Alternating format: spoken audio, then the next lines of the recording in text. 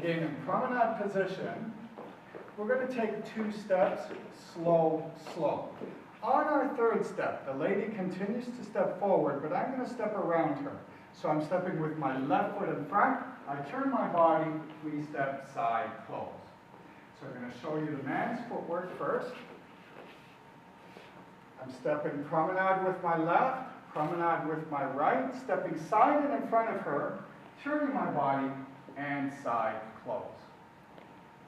So once again, slow, slow, quick, quick, slow. And for the lady's part, she takes 2 steps, slow, slow. She's going to take a 3rd step. I step in front of her, side, close. Now it's important, as you can see with Melina, that when you finish the pattern that we have a proper head position. So we'll do this one more time. And slow,